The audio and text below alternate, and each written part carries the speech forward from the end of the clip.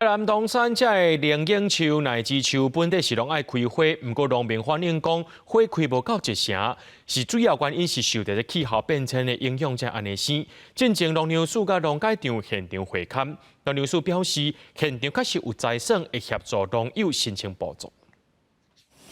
台南东山种龙眼的果园，原本应该逐丛树仔爱有甜甜的花，也毋过却因为气候影响，到今花拢无绑起来，开花期无开花，芳袂来授粉，买少就无结果，一冬才收成一摆，无意外这阵花开无到一成，安尼敢有救？经过了解，即摆因为树仔已经生幼叶，会吸营养分，即使袂阁开花，种10几冬的农民讲，规冬的心血、乌有气，互因真无奈。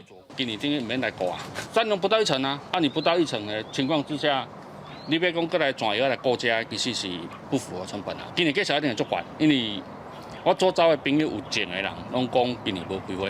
东山种龙眼的面积将近1400公顷，全台湾产量上介济。唔敢若龙眼受到气候影响，乃至园的开花率嘛大大降低。在地民意代表接到未少农民定情，20名参农粮署农改场到场会勘，记录栽种状况。虽然无开花，农民也是爱整顿田园，了工个实本。农民毋望政府会当斗帮赞。